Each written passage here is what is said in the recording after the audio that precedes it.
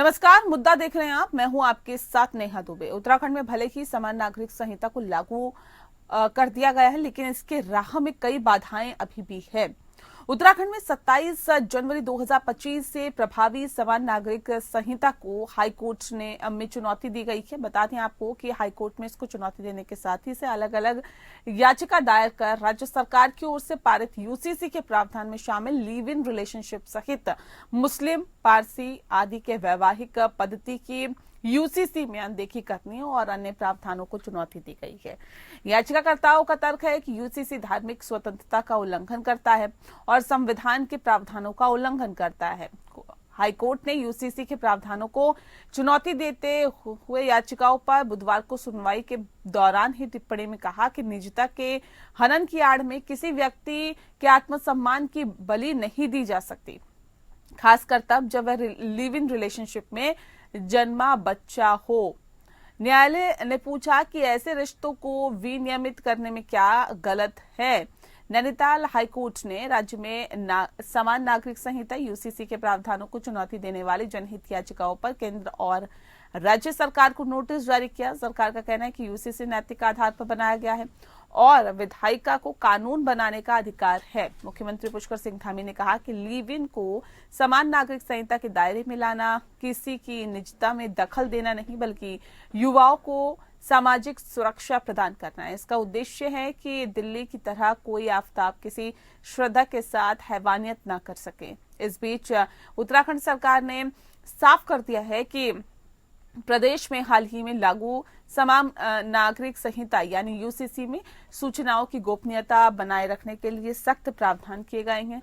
इसमें दर्ज कोई जानकारी किसी तीसरे व्यक्ति तक नहीं पहुंच पाएगी। राज्य के गृह विभाग में अपर सचिव निवेदिता कुकरेती ने बताया कि यूसीसी में सेवाओं के पंजीकरण के समय दी जाने वाली जानकारी जो है वो किसी भी तीसरे व्यक्ति की पहुंच नहीं हो पाएगी। उन्होंने कहा कि यूसीसी के तहत होने वाले पंजीकरण की संख्या सिर्फ संख्या ही सार्वजनिक हो पाएगी। इसमें किसी की भी व्यक्तिगत जानकारियां शामिल नहीं हो सकेगी।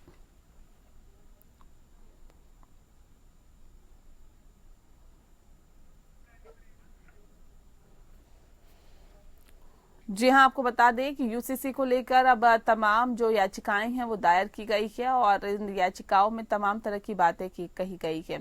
हालांकि कोर्ट ने कहा ये भी कि यूसीसी को लेकर धामी सरकार ने भले ही रास्ता साफ कर दिया हो, सरकार ने अपना स्टैंड क्लियर कर दिया हो कि यूसीसी में सार्वजनिक नहीं होगी प्राइवेट जानकारियां और किसी तीसरे व्यक्ति को ये जानकारियां नहीं पता चलेगी। सूचनाओं की गोपनीयता बनाए रखने के लिए सख्त प्रावधान इसमें है, ये भी कहा गया है। हालांकि कुछ चीजों को लेकर यहाँ पर सवाल उठ रहे हैं और सवाल ये है कि किसी व्यक्ति के आत्मसम्मान की बलि नहीं दी जा सकती, खासकर तब जब वह लिव इन रिलेशनशिप में जन्मा बच्चा हो। न्यायालय ने पूछा कि ऐसे रिश्तों को विनियमित करने में क्या गलत है। उत्तराखंड में यूसीसी के कुछ प्रावधानों को चुनौती दी गई है।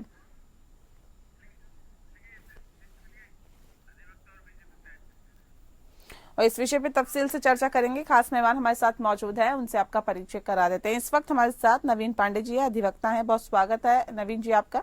हमारे साथ सुनीता विद्यार्थी जी जुड़ गई हैं, प्रवक्ता है भारतीय जनता पार्टी की। सुनीता जी बहुत बहुत स्वागत है आपका। और डॉक्टर प्रतिमा सिंह जी हमारे साथ है, प्रवक्ता है कांग्रेस पार्टी की। प्रतिमा जी आपका भी बहुत स्वागत है। इस खास कार्यक्रम की शुरुआत नवीन जी आपके साथ करते हैं। नवीन जी, इस यूसीसी को चुनौती दी गई है, इसमें कई ऐसी चीजें हैं जिस पर आपत्ति जताई जा रही है। किन किन याचिकाओं को इसमें शामिल किया गया है, क्या आपत्ति जताई जा रही है और क्या ऐसा है जिस पर विरोध के स्वर उठ रहे हैं, विस्तार से बताएं। जी बिल्कुल। देखिए, जो ये यूनिफॉर्म सिविल कोड लागू किया गया, हाँ, इसमें कई ऐसे प्रावधान किए गए हैं। जैसे यूनिफॉर्म सिविल कोड लागू होने के बाद यदि कोई भी विवाह होता है तो प्रत्येक विवाह इर्रेस्पेक्टिव ऑफ रिलीजन, चाहे वो किसी भी धर्म का व्यक्ति हो, हर धर्म के व्यक्तियों को विवाह का पंजीकरण कराना आवश्यक है। साथ ही साथ यदि तलाक होता है तो तलाक की स्थिति में भी जो डिवोर्स डिक्री है उसके रजिस्ट्रेशन के लिए भी प्रावधान किए गए हैं।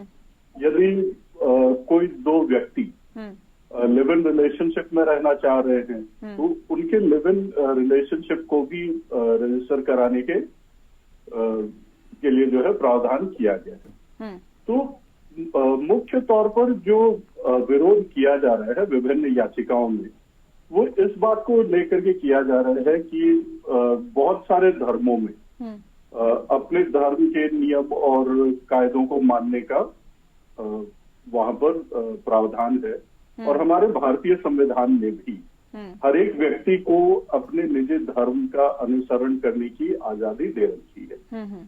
अब यदि किसी धर्म के अंदर विवाह का पंजीकरण या तलाक का पंजीकरण आवश्यक नहीं है तो अचानक से जब यूनिफॉर्म सिविल कोड के माध्यम से इन चीजों को लागू करने का प्रयास किया जाता है तो जाहिर सी बात है कि जो भी प्रभावित व्यक्ति होंगे उनको इससे समस्या होगी। साथ ही साथ एक समस्या ये भी है कि जब हर एक चीज का पंजीकरण कराना पड़ेगा, विवाह हुआ उसका भी पंजीकरण कराइए, तलाक हुआ उसका पंजीकरण कराइए, आज आप किसी के साथ लिव इन रिलेशनशिप में रहने के लिए जा रहे हैं उसका पंजीकरण कराइए। तो ये बार बार जो है सरकारी दफ्तरों के चक्कर काटना ये भी लोगों के लिए एक बहुत बड़ी चुनौती होने वाली है। इसके अलावा जब भी आप पंजीकरण के लिए जाते हैं आपको अपना आइडेंटिफिकेशन प्रूफ, एड्रेस प्रूफ, इस प्रकार की तमाम दस्तावेज जो है जिसमें आपकी निजी जानकारियां होती हैं उनको भी आवेदन के साथ में जमा कराना होता है। और जैसा कि हम देख रहे हैं कि वैसे भी देश में आज बैंकिंग सुविधा को आधार के साथ में जोड़ा गया डायरेक्ट बेनिफिट ट्रांसफर के नाम पे। डायरेक्ट बेनिफिट ट्रांसफर कितने लोगों को मिल रहा है ये तो पता नहीं, पर आप सभी आए दिन ये सब न्यूज सुनते होंगे कि लोगों के साथ में ठगी और अनेक तरह की क्राइम्स जो है इम्पर्सोनेशन से लेकर के डिजिटल अरेस्ट से लेकर के फ्रॉड, हर तरह के अपराध जो है वो बढ़े हुए हैं। तो जाहिर तौर पर जब इन छोटी छोटी चीजों के लिए भी आप जानकारी जाकर के किसी भी सरकारी दफ्तर में देंगे और आपकी निजी जानकारी की सुरक्षा के लिए जब तक ठोस प्रावधान नहीं किए जाए और जब तक ये सुनिश्चित न किया जाए कि आपकी इंफॉर्मेशन कहीं भी लीक नहीं हो रही है तो लोग जो है एप्रीहेंसिव होंगे। ये काफी लॉजिकल। ठीक है, और भी खास मेहमान हमारे साथ जुड़े हुए हैं, मैं उनका रुख कर लेती हूँ। कांग्रेस की प्रवक्ता इस वक्त हमारे साथ जुड़े हुई हैं प्रतिमा जी। मैम, क्या वजह है कि इसके विरोध कांग्रेस पार्टी कर रही है? यूसीसी से दिक्कत क्या? तो यूसीसी से कोई भी समस्या नहीं है। जिस तरीके से हमेशा से वो बात जो संविधान में निहित है हमें उससे कोई भी कभी भी गुरेज नहीं हुआ है। जिस तरीके से ये यूसीसी की बात और यूसीसी को इम्प्लीमेंट करने का कार्य किया गया है और यूसीसी के दायरे में जब आप लिव इन रिलेशनशिप की बात करते हैं और जो है देवभूमि की जो एक अपनी संस्कृति है, अपनी एक कल्चर है, अपना एक ट्रेडिशन है, जब उसको आप ताक पे लगाने की बात करते हैं तो इस बात से कैसे उसको ताक पे लगाया गया बताइए ना। देवभूमि की संस्कृति, कल्चर कैसे ताक पे लगा दिया उसको? देखिए, पहली बात तो ये है कि इस यूसीसी में कई ऐसी कमियां हैं जिसका जवाब सरकार को देना पड़ेगा। और मैं एक विधायक को कोट करना चाहूंगी, किशोर उपाध्याय जी, जिन्होंने खुद पत्रकार वार्ता में ये बात कही है कि जो प्रदेश के लोग हैं वो इसको एक पायलट प्रोजेक्ट की तरह लें। पायलट प्रोजेक्ट की तरह लें मतलब इसको एक तरीके से मैं उस पर आती हूँ ना। मैं पहले इसका जवाब दीजिए ना कि इसकी संस्कृति, उत्तराखंड की सभ्यता, उत्तराखंड की कैसे ताक पर है? यूसीसी से क्या दिक्कत है उन्हें? देखिए, यूसीसी क्या है? यूसीसी क्या है? यूसीसी यूनिफॉर्म सिविल कोड है। यूसीसी समान नागरिक संहिता है जो संविधान के अनुच्छेद 44 में खुद निहित है। और यूसीसी का जब जिक्र होता है तो ये जिक्र जो है बाबा साहेब भीमराव अम्बेडकर जी ने भी किया था कि जब इस देश और इस प्रदेश के लोग जो है सामाजिक सवाल पे आइए ना प्लीज।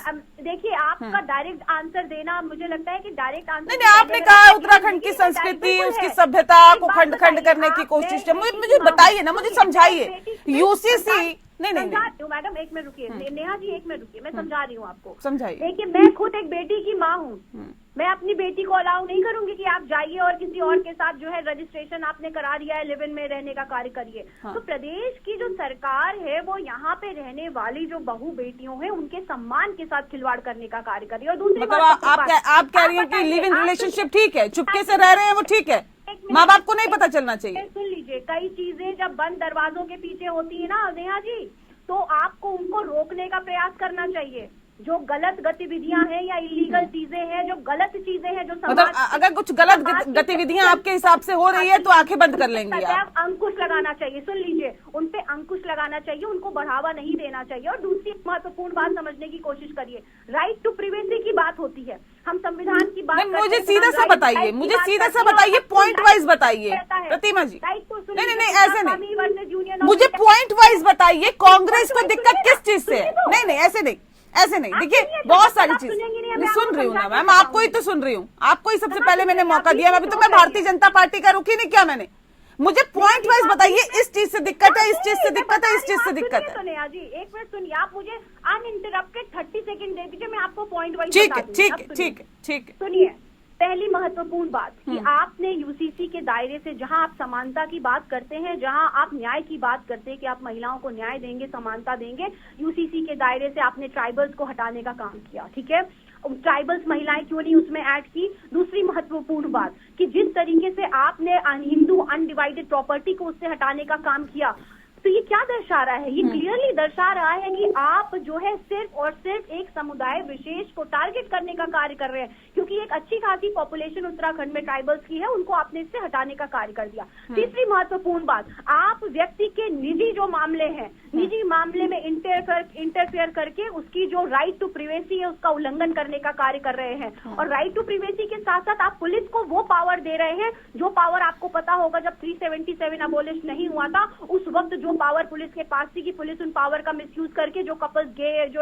LSBT के लोग हुआ करते थे उनको किस तरीके से टॉर्चर करते थे। आज घर में घुस करके आपकी जो है महिलाओं और जो लोग लिव इन में रह रहे हैं उनसे जो है पुलिस को आपने अधिकार दे दिया कि वो पूछताछ कर सकती है। दूसरी महत्वपूर्ण बात, आपने कहा कि ये उत्तराखंड के मूल के लोगों पर लागू होगा। एक बात बताइए, वो व्यक्ति जो उत्तराखंड के मूल का नहीं है, यहाँ आकर के जो है हमारी बहू बेटियों को बरगलाने का कार्य करता है और उसके बाद 1 साल 2 साल बाद यहाँ से चला जाता है, आप उसको कहाँ से ढूंढेंगे? क्योंकि वो तो उत्तराखंड मूल का है नहीं। आप उस पे कैसे इस यूसीसी को अप्लाई करने का कार्य करेंगे? तो भारतीय जनता पार्टी ने इस उत्तराखंड को सिर्फ और सिर्फ ये एक पायलट प्रोजेक्ट के लिए चुना है और इसमें कुछ भी सच्चाई नहीं। आप देखिए हाईकोर्ट गए ना, एक ठीक है, मैं आती हूँ प्रतिमा जी। देखिए आपने बोला ना, अब अपनी बात रखिए आपने। सुनीता जी देखिए, बड़ी यहाँ पर समस्याएं हैं। कांग्रेस पार्टी कह रही है कि ये यूसीसी उत्तराखंड के लिए कतई ठीक नहीं है। देखिए नेहा जी, ऐसा है, प्रतिमा जी तो ऑलरेडी कानून की पढ़ाई पढ़ चुकी हैं और पेशे से लॉयर हैं, और उसके बावजूद वो यूसीसी पे सवाल खड़ा कर रही हैं, ये बड़ा ताज्जुब है।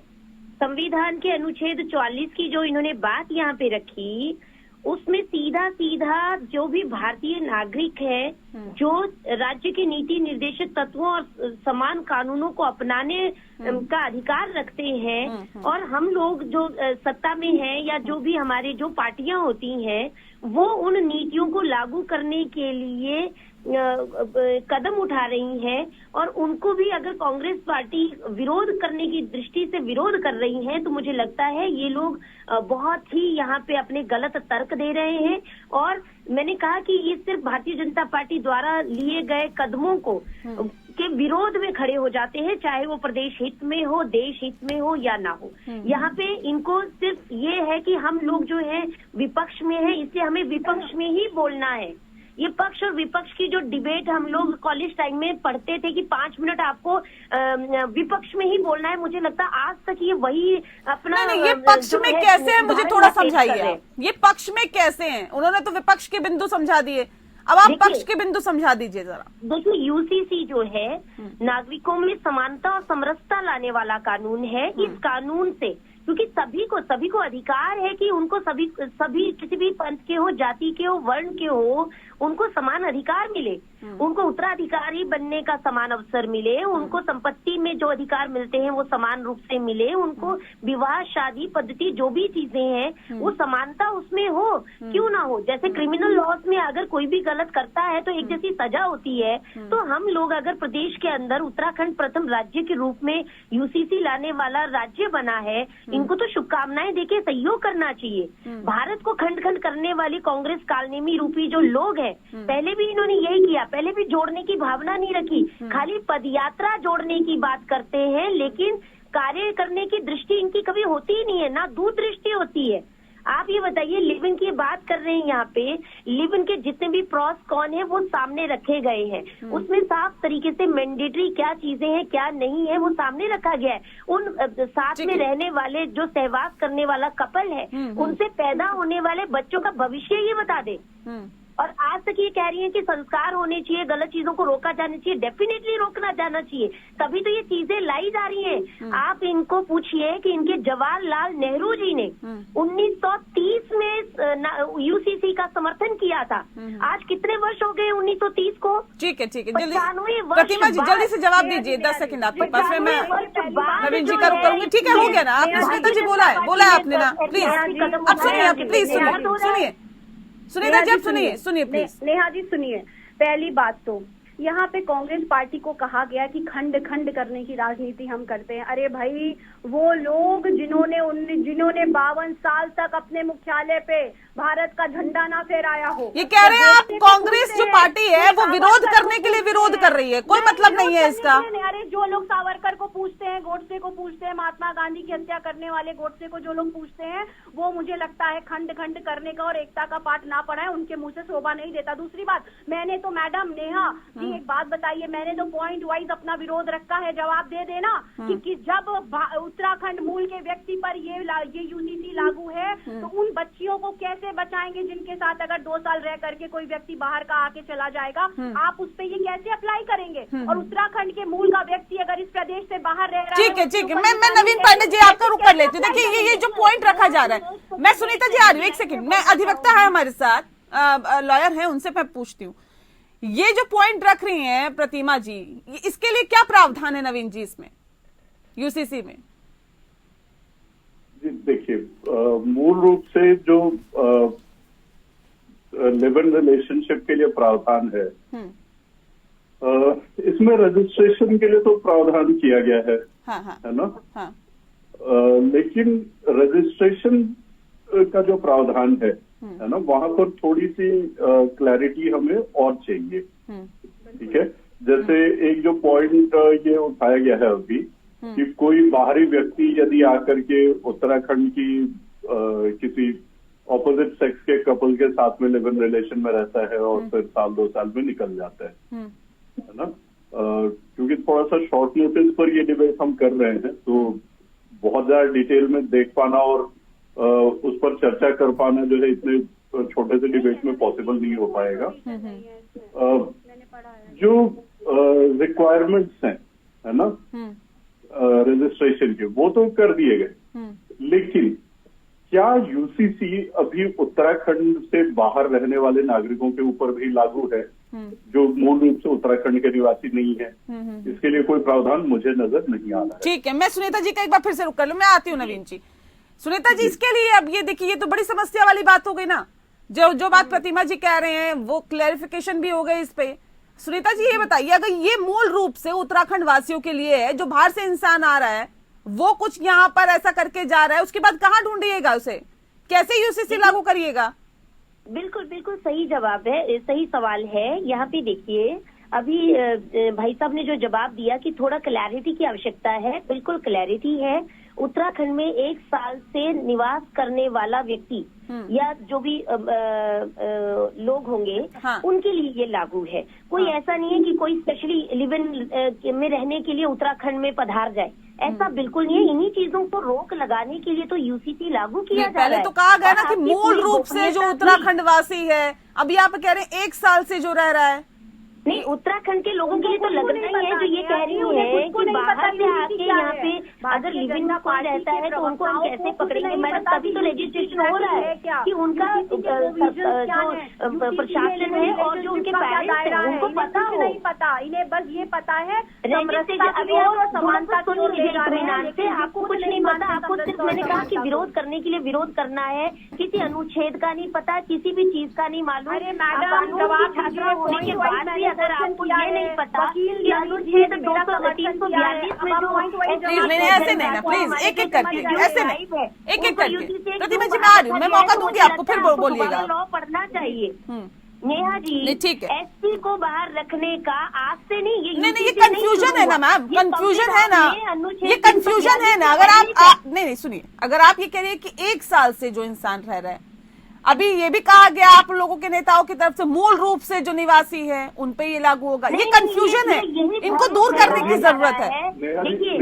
नवीन जी कुछ कह रहे हैं, मैं आ रही हूँ। सुनीता जी एक सेकंड प्लीज मैं रोकती हूँ तो प्लीज रुक जाया करिए। नवीन जी कुछ कह रहे, सुनते हैं नवीन जी।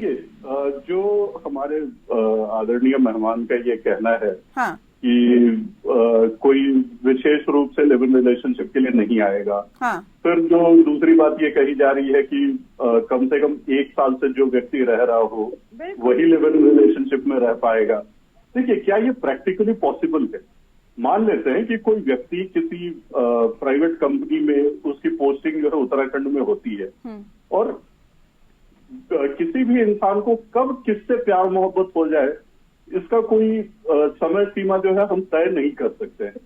मान लेते वो व्यक्ति वहां पर उसकी पोस्टिंग हुई, महीने भर के अंदर में उसे कोई पसंद आ जाए, है ना, और वो आपस में फैसला कर लें कि हम लिव इन रिलेशनशिप में रहते हैं, तो इस तरीके से कोई जेन्युइन व्यक्ति भी हो सकता है, उसको भी प्रतिबंधित किया जा रहा है कि क्योंकि उस व्यक्ति को 1 साल पूरा नहीं हुआ है तो वो एलिजिबल नहीं है लिव इन रिलेशनशिप में रहने के लिए। तो इनडायरेक्टली अगर देखा जाए तो लिव इन रिलेशनशिप में रहने के लिए हम एक एलिजिबिलिटी क्राइटेरिया डिफाइन कर रहे हैं। हाँ, हाँ।